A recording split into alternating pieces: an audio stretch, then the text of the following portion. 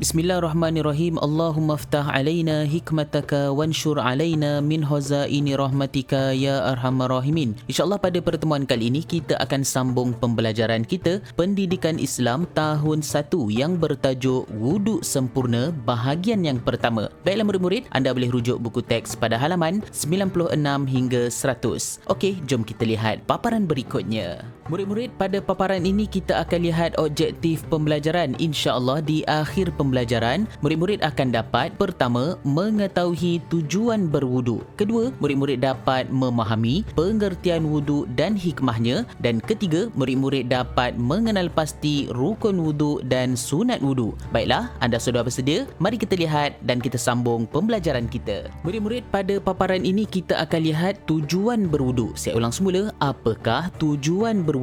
Di sini terdapat dua tujuan berwuduk. Pertama, wajib berwuduk. Bermaksud mesti berwuduk untuk melakukan sesuatu ibadah. Jika tidak berwuduk, boleh menyebabkan ibadah itu tidak sah. Kedua, sunat berwuduk. Bermaksud mendapat pahala tambahan berwuduk untuk melakukan sesuatu ibadah. Jika tidak berwuduk, tidak menyebabkan ibadah itu tidak sah. Inilah dia tujuan berwuduk. Baiklah, pada paparan ini kita akan lihat ketika mana kita wajib berwuduk. Persoalannya, wajib berwuduk waktu bila? Di sini kita akan lihat satu persatu. Pertama, wajib berwuduk jika kita solat. Kedua, wajib berwuduk jika kita menyentuh Al-Quran. Ketiga, wajib berwuduk jika kita tawaf. Inilah dia sebab yang menyebabkan kita wajib berwuduk. Berikutnya kita akan lihat ketika mana sunat untuk kita berwuduk. Saya ulang semula, ketika mana sunat untuk kita berwuduk. Mari kita lihat bersama-sama. Sunat berwuduk jika kita pertama membaca Al-Quran.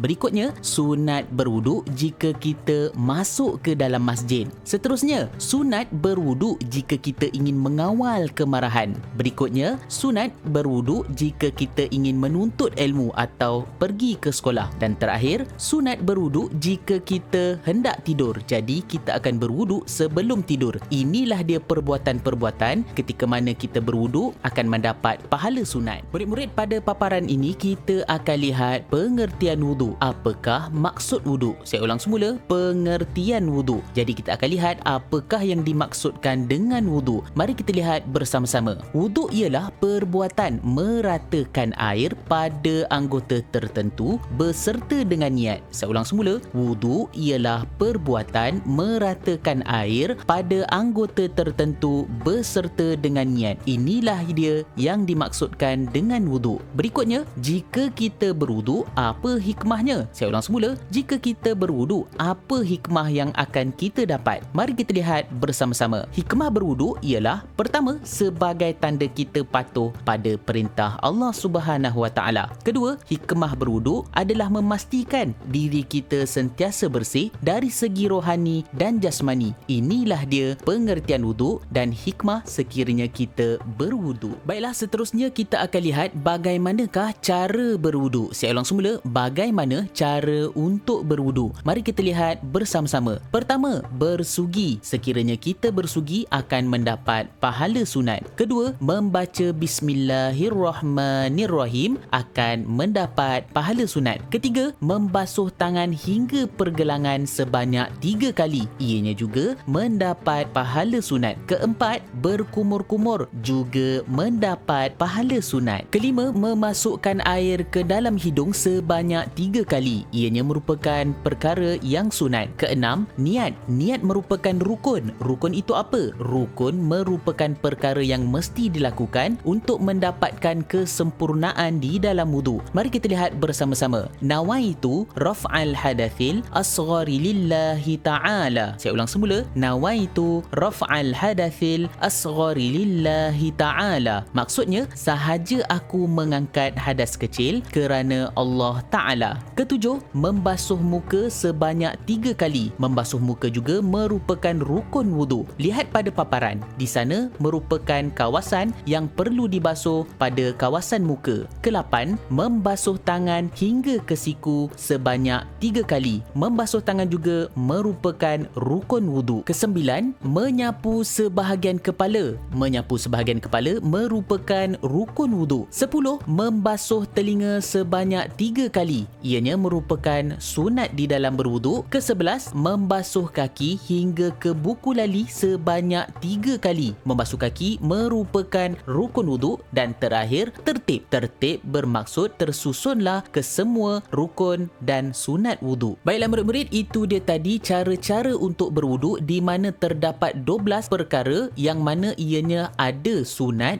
dan rukun wuduk yang boleh kita praktikkan ketika mana kita ingin berwuduk. Mudah-mudahan murid-murid dapat beramal dengan cara-cara ataupun kaedah berwuduk ini. Murid-murid, berikutnya kita akan lihat doa selepas berwuduk. Saya ulang semula, doa selepas berwuduk. Mari kita lihat dan baca bersama-sama. Asyhadu an la ilaha illallah wahdahu la syarikalah wa asyhadu anna Muhammadan abduhu wa rasuluh. Allahumma ja'alni minat tawwabin waj'alni minal mutatahhirin waj'alni min ibadikas salihin. Subhanakallahumma wa bihamdika asyhadu an la ilaha illa anta astaghfiruka wa atubu ilaik. Inilah dia doa selepas berwuduk. Murid-murid boleh menghafalnya supaya mendapat pahala ketika mana kita lepas berwuduk dan beramal dengan doa berwuduk. Alhamdulillah, itu dia tadi pembelajaran kita pada pertemuan kali ini. Semoga anda dapat beramal dengan ilmu yang telah dipelajari. Baiklah murid-murid, seperti biasa, sekiranya anda tidak faham dengan video ini, anda diminta untuk mengulanginya semula supaya anda mendapat kefahaman yang lebih lagi. Dan sekiranya anda masih tidak faham juga, anda diminta untuk merujuk guru pendidikan Islam di sekolah masing-masing. InsyaAllah guru-guru akan memberi panduan. Baiklah, itu saja daripada saya. Jangan lupa tekan butang subscribe di bawah sebagai tanda sokongan anda pada channel ini. Abu Ais Channel, wabillahi taufiq wal hidayah. Assalamualaikum warahmatullahi taala wabarakatuh.